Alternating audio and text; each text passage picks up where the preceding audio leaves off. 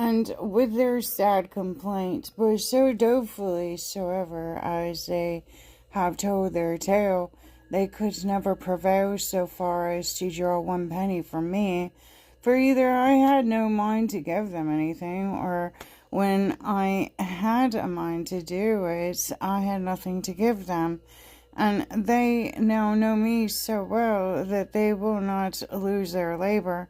But let me pass without giving me any trouble, because they hoped for nothing no more, in faith that if I were a priest, but I would have a law made for sending all these beggars to monasteries, the men to the Benedictines to be made lay brothers, and the women to be nuns. The cardinal smiled and approved of it in jest, but the like rest liked it in earnest. There was a divine present who thought he was a grave Monroe's man, and yet he was so pleasant with this reflection that was made on the priests and the monks that he began to play with the fool, and said to himself, "This will not deliver you from all the beggars, except you take care of us friars."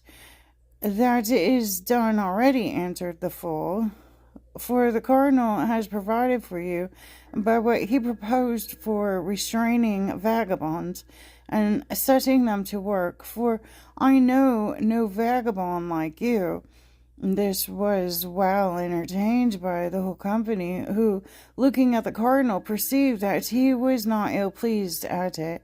Only the friar himself was vexed, as many be easily imagined, and fell into such a passion that he could not forbear railing at the fool, and calling him a knave, a slanderer, a backbiter, and son of a perdition. And then he cited some dreadful threatening of the Scripture against him. And now the judge thought he was in his element, and laid about him freely. "Good friar," says he, "be not angry, for it is written in patience, possess your soul."